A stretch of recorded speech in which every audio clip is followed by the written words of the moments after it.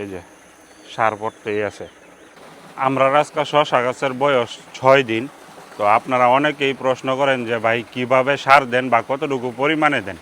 এই যে আজকে 6 দিনের মাথার মধ্যে আজকে সকালে আমরা সার দিমু। এই যে এখান থেকে অলরেডি 10 লিটার ওইখানে দেওয়া হয়েছে বড় ট্যাঙ্কির, ওইখান থেকে এখন লাইন দিছি। এই যে এখানে প্রতিটা গাছের গোড়ায় এখন এই যে সার পড়তাছে।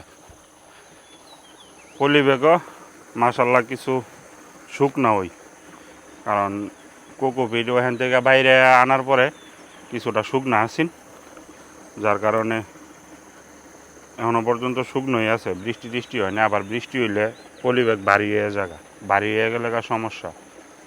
এই যে সার পড়তেই আছে।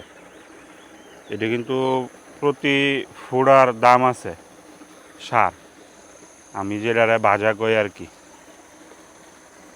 তো আমরা অপেক্ষা থাকবো যে নিচ দিয়া পড়ার আগ পর্যন্ত।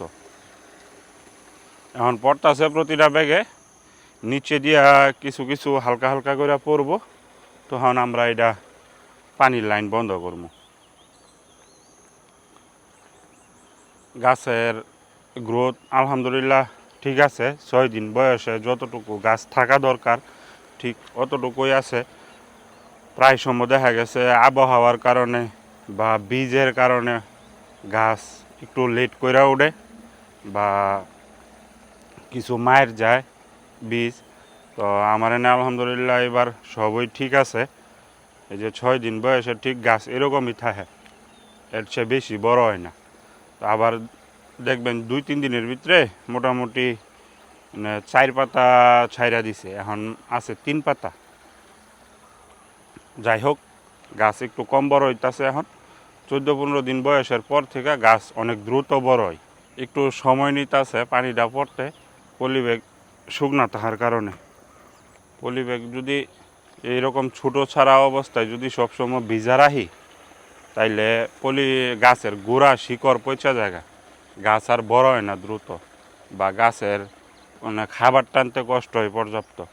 এখন দেখা গেছে যে ছোটো সময় থেকে যদি আমরা ধাপে ধাপে দিতে থাকি, 3 দিন 4 দিন পরে পরে একবার যদি ভাজা দিই, তখন গাছের গোড়াটা একটু শুকনা থাকে, ভাজাটা দিলে গাছ খাইতে পারে, নিতে পারে।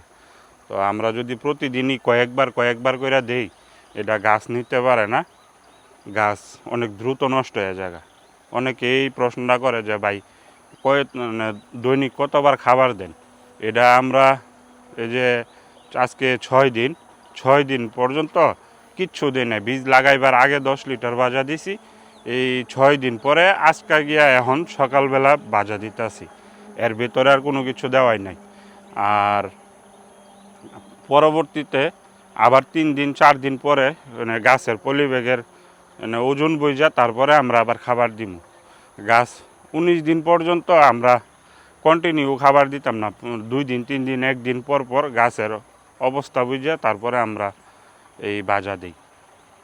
তো 19 দিন পরের থেকে গিয়া গাছ যখন এই এতটুকু বড় বড় হয়ে যায় হালকা একটু, তখন গিয়া দৈনিক দেখা গেছে যে ভাজা একবার করে দেওয়া লাগে। পরবর্তীতে কিভাবে দেই না দেই এটা ইনশাল্লাহ আপনারা জানামু। অনেক সময় খাইতেছে, কারণ 6 দিন পরে দিতেছি, তো পলি ব্যাগটা অনেক শুকায় গেছে। এই যে ওই দিক দিয়ে 2-1 ফোঁটা করে মানে পড়তেছে। ইয়া করো, রবিন বদলাই দাও, মাঝেরটা দিয়ে দাও। এখন 2-1 ফোঁটা করে নিচে দাও পড়ে যাব। আর গাছের শিকড় একদম নিচে দাও, এখন একদম নিচে না গেলেও চলে, ভাজা একটু কম দিলেও চলে। এই যে পড়া শুরু হয়ে গেছে, এই যে নিচে দা পড়তেছে 2-1 ফোঁটা করে এরকম। এখন সবগুলাতে পড়ব। আমরা এখন সুইচ বদলাই দিছি, এতটুকুই আমরা ভাজা দেওয়ার পরিমাণ, যতক্ষণ পর্যন্ত নিচে দিয়ে না পড়ে। তো ভালো থাকবেন, সুস্থ থাকবেন। এরকম টিপস আরও যদি লাগে কমেন্টসে জানাইবেন, আর ভিডিওগুলো শেয়ার করে সবাই দেখার সুযোগ করে দিবেন।